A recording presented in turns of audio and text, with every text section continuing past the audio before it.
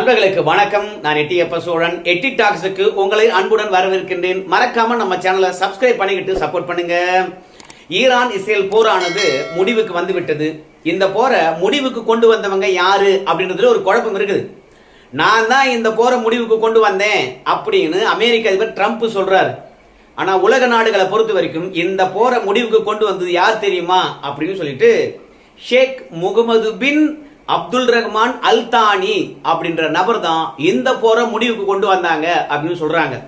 யார் யாது அப்படின்னு பார்க்கும் பொழுது கத்தாரினுடைய பிரைம் மினிஸ்டர் அவர் தான் ஈரான் கிட்ட பேசி, ஏப்பா ஈரான், உன் மீது அமெரிக்கா தாக்குதல் தொடுத்ததுன்னு சொல்லிவிட்டு நீ அமெரிக்காவுடைய தளங்கள் மீது தாக்குதல் தொடுத்துட்ட, பதிலுக்கு பதில் அடிச்சிட்ட.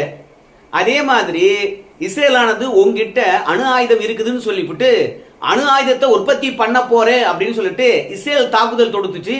நீ பதிலுக்கு இஸ்ரேல் மீதும் தாக்குதல் தொடுத்துட்ட. முடிஞ்சு போச்சு இல்லையா? இப்போ அமெரிக்கா பாத்தீங்கன்னா நீ கத்தார் மீது தாக்குதல் தொடுத்த பிறகு கூட போர் நிறுத்தத்துக்கு அழைப்பு விடுக்கின்றார்கள். உலகம் எப்போதும் பதட்டமா இருக்கக்கூடாது, அமைதியான முறையில் நகர்ந்து செல்ல வேண்டும் என்று அமெரிக்காவே வல்லரசு நாடே ஆசைப்படுகின்ற பொழுது அந்நாடங்காட்சியா இருக்கக்கூடிய ஈரான் நீ ஏன் வீம்பு கட்டுற அப்படின்னு கத்தார் பிரைம் மினிஸ்டர் பேசினாராம். இஸ்ரேலை பொறுத்த வரைக்கும் அமெரிக்கா சொன்ன உடனே போர் நிறுத்தத்துக்கு ஒத்துக்குச்சு. ஆனா நீ என்னடான்னு கேட்டீங்கன்னா வீம்பு காட்டுறியே அப்படின்னு கத்தாருடைய பிரைம் மினிஸ்டர் ஈரான் கிட்ட பேசினாராம். அதனாலதான் ஈரானுடைய உச்சபட்ச தலைவர் நாங்க போர் நிறுத்தத்துக்கு ஒத்துக்கிறோம் அப்படின்னு சொன்னாராம். அதாவது கத்தார் பிரைம் மினிஸ்டர் கிட்ட டொனால்டு ட்ரம்ப் அவர்கள் கெஞ்சினாராம். என்னப்பா, என்ன சொன்னாலும் ஈரானுடைய உச்சபட்ச தலைவர் கேட்க மாட்டாரு. ஒரே ஒரு வார்த்தை தான் சொன்ன இஸ்ரேல் கிட்ட, அவன் போர் நிறுத்தத்துக்கு ஒத்துக்கிட்டான். 12 மணி நேரம் இஸ்ரேல் என்ன வேணாலும் பண்ணிக்கியா அப்படின்னு சொன்னோம். இஸ்ரேலை பொறுத்த வரைக்கும் ஈரான் மீது 2 ஏவுகணையை வீசினா, அவ்வளவுதான் முடிஞ்சது. அதே மாதிரி அடுத்த 12 மணி நேரம் ஈரான் என்ன வேணாலும் பண்ணிக்கியா, நீ யார் அடிக்கணும்னாலும் கூட அடிச்சுக்கோ, ஆனா அதற்கு பிறகு எந்த நாட்டு மீதும் நீ தாக்குதல் தொடுக்க கூடாது என்ற ஒரு விஷயத்தை விட்டு கொடுத்த பிறகு ஈரானானது இன்னும் போர் நிறுத்தத்துக்கு ஒத்துக்க மாட்டோம், போரை நீங்க தொடங்கிடுவீங்க, ஆனா எல்லா விதமான பாதிப்பையும் ஏற்படுத்தி விட்டு நாங்க உங்ககிட்ட போர் நிறுத்தத்துக்கு பேசணுமா, போரை எப்ப நிறுத்தணும் என்பதை பற்றி நாங்க தான் முடிவு பண்ணுவோம் அப்படின்னு வீம்பு பிடிக்கிறாங்களே, நீங்க கொஞ்சம் பேசுங்க அப்படின்னு சொன்ன பிறகுதான் கத்தாருடைய பிரைம் மினிஸ்டர் போய் ஈரானுடைய உச்சபட்ச தலைவர்கிட்ட பேசினாராம். யோ, கத்தார் என்பது ஒரு தனி நாடு, அந்த நாட்டில் அமெரிக்காவுக்கு நாங்க இடம் கொடுத்துருக்கோம் அப்படின்னா என்ன அர்த்தம்? நாங்களே அமெரிக்காவை கூப்பிட்டு எங்களுக்கு பாதுகாப்பாயிரு, நீயும் ராணுவ தளவாடங்களை வச்சுக்கோ அப்படின்னு அனுமதிச்சிருக்கின்றோம். நீ தாக்குதல் தொடுத்தது எங்க நாட்டு மீது தான், அமெரிக்கா மீது அல்ல, அதை புரிஞ்சுக்கோ. நானே பதில் தாக்குதல் ஈரான் மீது தொடுக்காம அமைதி பேச்சுவார்த்தைக்கு வாயான்னு சொல்றேன், நீ என்ன வீம்பு கட்டுற, இஸ்ரேல் மீது தாக்குதல் தொடுப்பேன், அமெரிக்கா மீது தாக்குதல் தொடுப்பேன் அப்படின்னு சொல்லிட்டு வீம்படிக்கிற அப்படின்னு கத்தார் பிரைம் மினிஸ்டர் பேசின பிறகுதான் ஈரானுடைய உச்சபட்ச தலைவர் பாத்தீங்கன்னா போர் நிறுத்தத்துக்கே ஒத்துக்கிட்டாராமே. சரி, போர் நிறுத்தம் ஏற்பட்டு போச்சு. இதுல யாருக்கு வெற்றி, அதை முதல்ல பார்க்கணுமா இல்லையா? நாம பார்ப்பதை விட அரபு உலகமானது ஒட்டுமொத்தமாக அலசி ஆராய்ந்து கொண்டிருக்கிறது. ஒருவேளை இந்த போர்ல ஈரான் மட்டும் வெற்றி பெற்று விட்டது என்ற ஒரு இமேஜ் வந்துடுச்சுன்னு வச்சுங்களேன், அதற்கு பிறகு ஈரானுக்கு கீழே தான் மற்ற எல்லா இஸ்லாமிய நாடுகளும். அதனால யாருக்கு வெற்றி என்று அலசி கொண்டிருக்கின்றார்களாம். சர்வதேச பார்வையாளர்கள் என்ன சொல்றாங்க கேட்டீங்கன்னா, அமெரிக்கா சொல்லுதான் இந்த ஈரான் இஸ்ரேல் போர்ல எங்களுக்கு தான் வெற்றி அப்படின்னு. எப்படியா நீ வெற்றி பெற்ற அப்படின்னு சொல்லுகின்ற போது 11,000 கிலோமீட்டர் தாண்டி போய் ஈரான் மீது தாக்குதல் தொடுத்தோம். உலகத்துல எந்த ஒரு நாடும் இவ்வளவு தூரம் தாண்டி போய் தாக்கிவிட்டு மீண்டும் தன் தாய் நாட்டுக்கு திரும்பி வந்ததாக சரித்திரமே கிடையாது. முதல்ல ஒண்ணு. இரண்டாவது, எங்களுக்கு எந்த விதமான இழப்பும் இல்லை.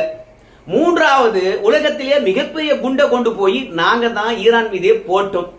ஏற்கனவே அணுகுண்டு போட்டோம், அது எங்க சாதனை தான். இப்போ பங்கர்களை ஒழிப்பதற்காக மிகப்பெரிய குண்டு போட்டோம். இந்த குண்டு போட்டதனால அமெரிக்கா வெற்றி பெற்றது என்றுதான் சொல்லணும்.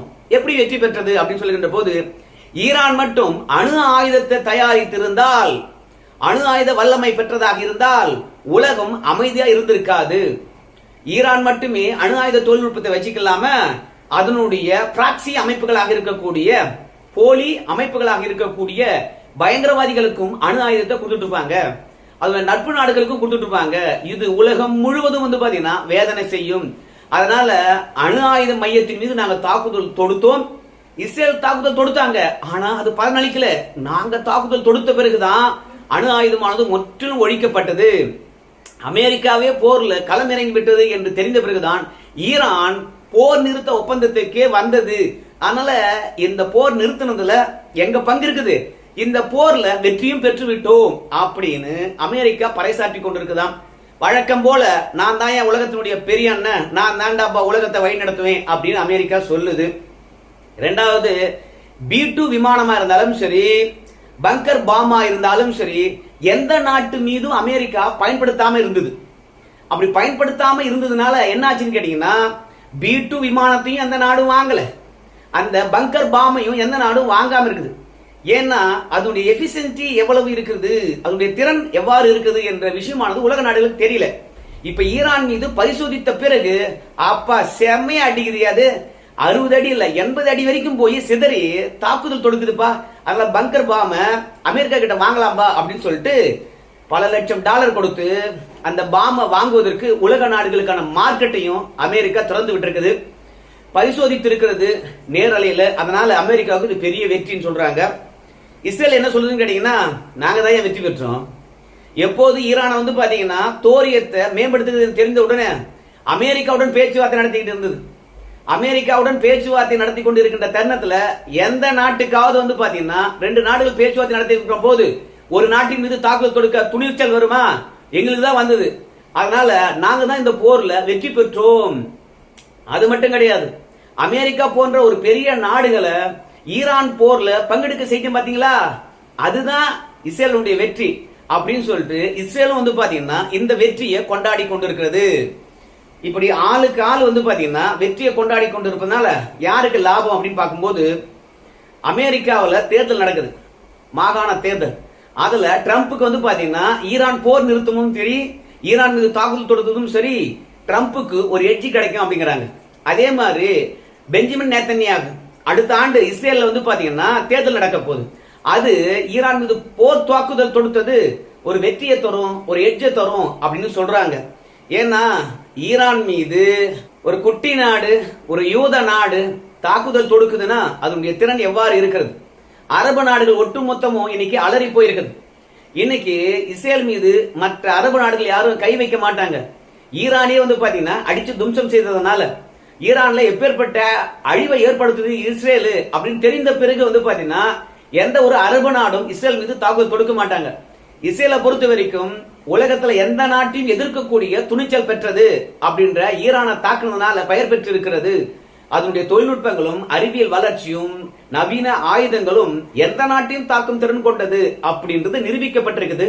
இதன் மூலமாக இஸ்ரேலை அசைக்க முடியாத ஒரு நாடு அப்படின்ற பெயர் பெற்றிருக்குதான். அதையெல்லாம் தாண்டி இஸ்ரேலுடைய ஆயுதங்கள் வந்து இனி பல நாடுகளை விற்பனை செய்யலாமா, அதுக்கான மார்க்கெட்டு திறந்திருக்கிறதா. அதனால பல பாசிட்டிவ்கள் வந்து இஸ்ரேலுக்கு ஏற்பட்டிருக்குதான். ஈரான் மீது தாக்குதல் தொடுத்ததுனால அமெரிக்காவையே போர்ல இறக்குறதுனால இஸ்ரேல் தான் வந்து பாத்தீங்கன்னா இந்த போர்ல வெற்றி பெற்றதாம்.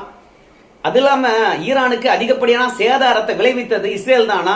அதனால இந்த போர்ல நாங்க தான் வெற்றி பெற்றோம். 12 நாள் போர் தொடர்ந்து பின்வாங்காம நாங்க தான் அடிச்சோம். அமெரிக்கா ஒரே நாள் தான் வந்தது, அதனால நாங்க தான் வெற்றி பெற்றோம் என்று இஸ்ரேல் சொல்லுது. ஆனா ஈரான் என்ன சொல்லுதுன்னு கேட்டீங்கன்னா, அமெரிக்கா போன்ற வல்லரசுகளையே நாங்க எதிர்ப்போம். அடிபணிய சொன்னாங்க, நாங்க அடிபணிஞ்சோமா? அடிபணியவே இல்லை.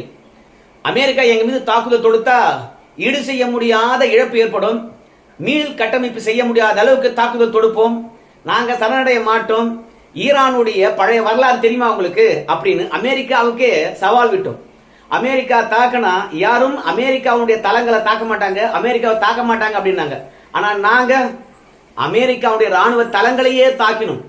அப்படி தாக்குனது மட்டும் இல்ல, அமெரிக்கா மீண்டும் நாங்க தாக்கிய பிறகு அமைதி பேச்சுவார்த்தைக்கு தான் வந்தது. எங்களுடைய பலம் என்னன்னு அமெரிக்காவுக்கு தெரிஞ்சு போச்சு. கத்தார்ல இருக்கக்கூடிய அல் உதைத் என்ற ராணுவ தளத்தின் மீது நாங்கள் தொடுத்த தாக்குதல் என்பது அமெரிக்காவுக்கு மரண பீதியை கிளப்பி இருக்கிறது. இன்னைக்கு கத்தார்ல ராணுவ தளத்தை காப்பாற்றி இருக்கலாம், ஆனா மற்ற நேச நாடுகள் இருக்கக்கூடிய ராணுவ தளங்களை வந்து பாத்தீங்கன்னா அமெரிக்காவில் காப்பாற்ற முடியுமா? நாங்க எங்களை சுத்தி இருக்கக்கூடிய அமெரிக்காவோட எல்லா ராணுவ தளங்கள் மீதும் தாக்குதல் தொடுத்திருப்போம். ஆனால் தான் அமெரிக்கா வந்து பாத்தீங்கன்னா எங்ககிட்ட சரணடைந்திருக்கிறது, வெற்றி எங்களுக்கு தான் அப்படின்னு சொல்லியிருக்காங்க. இஸ்ரேல் நவீன ஆயுதம் வச்சிருக்குது, பொருளாதாரத்துல விழுந்து போயிருக்கிறது எது? ஈரானு. எங்க தாக்குதல் தொடுக்க போறாங்க அப்படின்னாங்க. ஆனால் ஈரான் பாதிப்படைந்ததை விட இஸ்ரேல் தான் அதிகமா பாதிப்படைந்தது, மொத்தமா நாங்க தான் நாசம் பண்ணிருக்கிறோம் அப்படின்னு ஈரான் சொல்லி இருக்குதுங்க.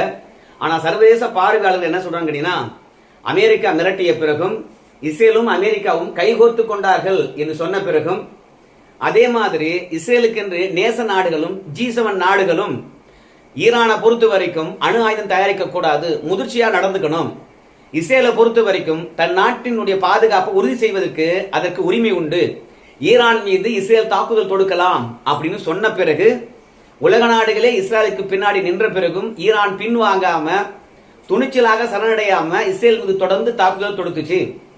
அது மட்டும் கிடையாது, பிரிட்டன் நாடானது போர்க்கப்பல் அனுப்பிச்சு, விமானங்கள் அனுப்பிச்சு.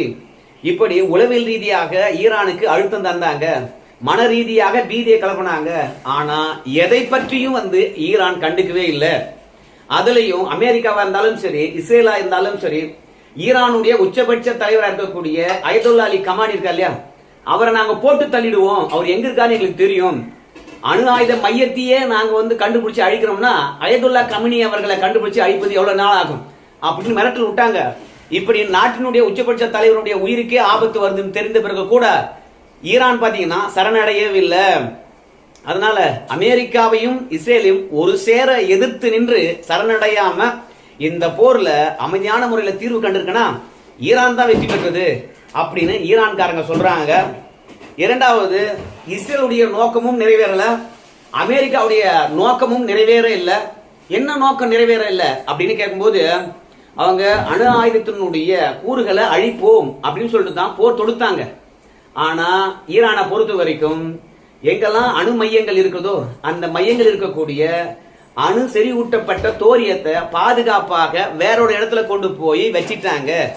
அப்போ இஸ்ரேலானது ஈரானுடைய அணு திட்டத்தை தடுப்போம், தோரியம் மேம்படுத்தப்பட்டது மட்டும் அழிப்போம் சொன்னாங்க, அழிச்சாங்களா? அமெரிக்கா அழிப்போம் சொன்னாங்களா, அழிச்சாங்களா? தோரியத்தையும் காப்பாத்திட்டாங்க, இரண்டாவது உச்சபட்ச தலைவருடைய உயிரையும் காப்பாத்திட்டாங்க. அதனால ஈரான் தான் இந்த போர்ல வெற்றி பெற்றது அப்படின்னு ஈரான் சொல்லுதுங்க. என்னுடைய கேள்வி என்னன்னு கேட்டீங்கன்னா, இந்த ஈரான் இஸ்ரேல் போர்ல யார் வெற்றி பெற்றார்கள், யார் கை ஓங்கியது, யார் வீரன்? என்னை பொறுத்த வரைக்கும் இன்னைக்கு அரபு நாடுகள் அத்தனையும் ஈரானை ஒரு மாதிரியா தான் பார்ப்பாங்க. அமெரிக்காவை எதிர்த்து தாக்குதல் தொடுத்திருக்கிறான், இஸ்ரேலையும் எதிர்த்திருக்கின்றான், எந்த விதத்திலும் அடிபணியவே இல்லை.